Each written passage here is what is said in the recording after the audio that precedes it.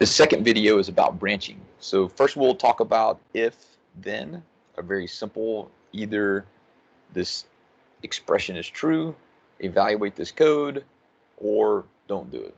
And then we'll get to if else. So what that is if this Boolean expression is false or is true, then it'll do one piece of code. If it's false, then it'll go do another piece of code.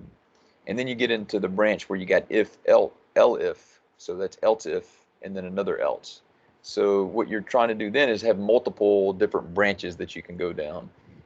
So if this first one's true, then it'll execute that, and then it'll get out of it. If it's the second one's true, or the elif, so if it's the first one's not true, then it'll go to the next elif.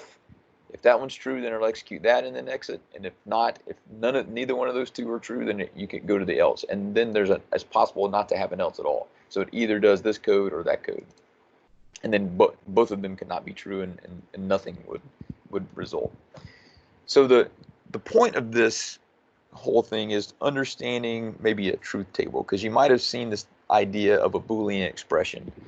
So what a Boolean expression is, so you might have, so later on in a few minutes we're going to talk about temperatures, and a temperature is going to be a certain degree.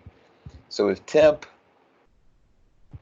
is greater than 40 and temp is less than 80, so that's sort of putting you in a piece, right? So I'm going to call this x, and that's either a 0 or a 1. Remember, this is a Boolean type that comes out of this. It's either true or false, and this is also going to be a Boolean type, and I'm going to let that be y, and this is either a 0 or a 1, and this is either a 0 or a 1.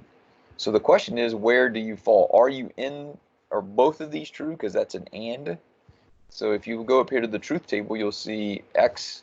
So if x is 0 and y is 0, in other words, both of them are false, then x and y is a false. And so this is where the idea of the expression comes from, is when you start putting these Boolean types together.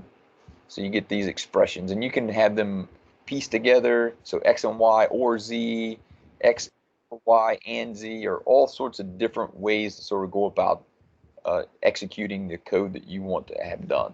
And then you can do weird things like not x and y, right? So in other words, 0 and y, or x and y is 0, but not that. So you've negated it, so it becomes a 1. So in other words, a 0 for a not becomes a 1.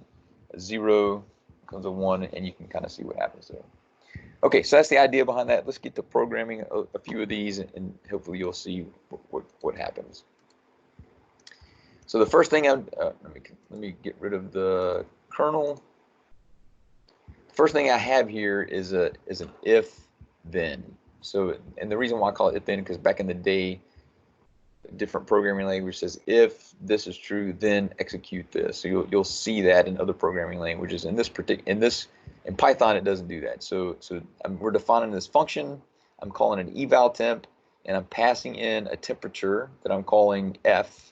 And then inside here, these local variables f and temp range accomplish the mission in here. And what is the mission? It's either a hot day or it's nothing. So that's the idea here, right? So if your temperature is bigger than whatever temp range you put in, so in other words, if 76 is bigger than 80, then it's going to say it's a hot day. If not, it's just going to return a blank string. So let's find out what happens. So F9. And because 76 was too cold for my temperature 80, then it's going to give me nothing, right? So if I were to decrease my hot, in other words, this idea of it being hot is sort of an individual thing. And so I wrote this code so that the individual could say, no, 75 is hot to me. So you can put that in there, and it says it's hot now. But if we remain at 80, then we get nothing. And then you can see if 85 obviously will give us it's a hot day. So the next thing we want to do is change this a little bit, because sometimes if it's either hot, we'll just let this next piece be either hot or cold. So I'm going to just copy paste. So I got eval range, and then what do I need to do here is I need to put in an else. So in this code here, so else, so if it's not hot, then the result must be It is cold out. And I think that should work. Let's find out. So let's run this. You got to run them individually if you're not doing the print. So it's cold out. And then it's a hot day. Okay. So it's doing what we think it should do. So that's the second. That's an if-else. So if this doesn't work, then it's going to run to this block of code and do that one. Let's do a better one. So an if-elif-else. So I'm going to copy this code in here.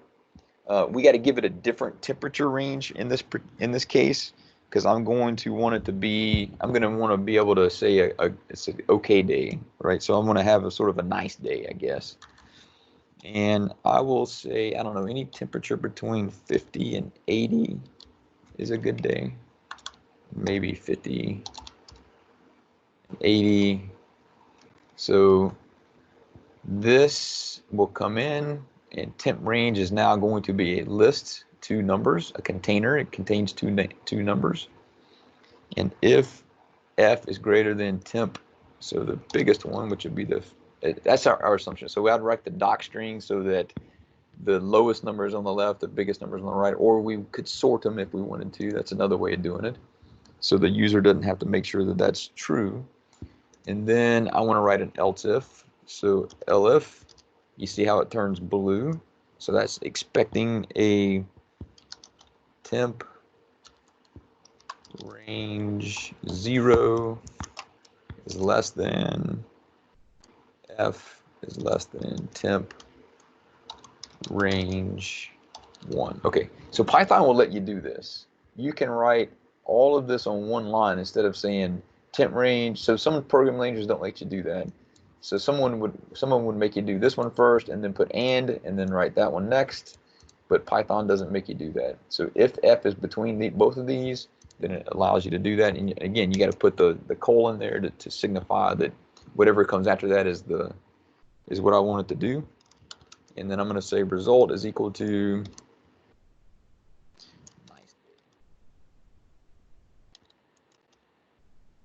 then else. So now if it doesn't do this one and it doesn't do that one, well then obviously we must be less than range. So it must be cold out.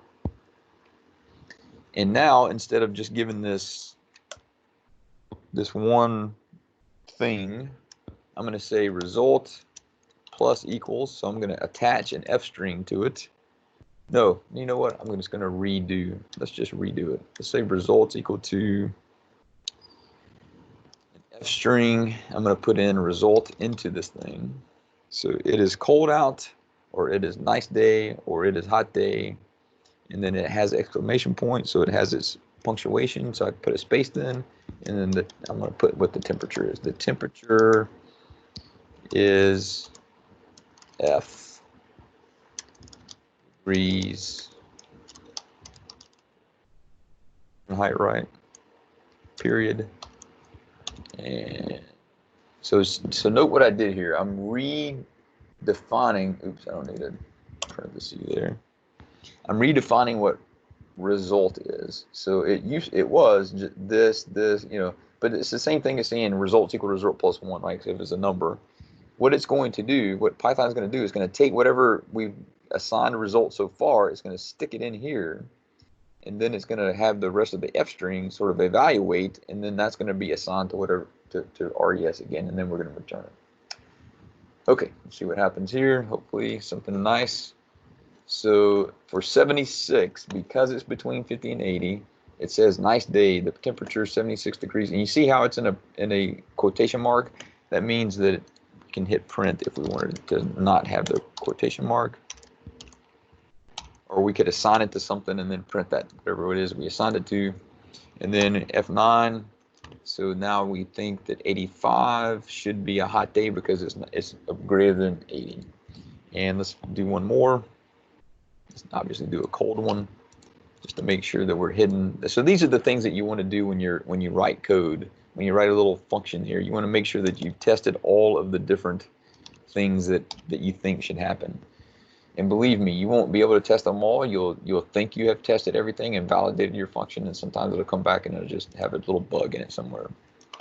All right, in this case, it says it's cold out, which is what we expect, because 30 degrees to me is pretty cold. Anything below 50, man, I should probably put that like 60, because I'm a warm-natured kind of person.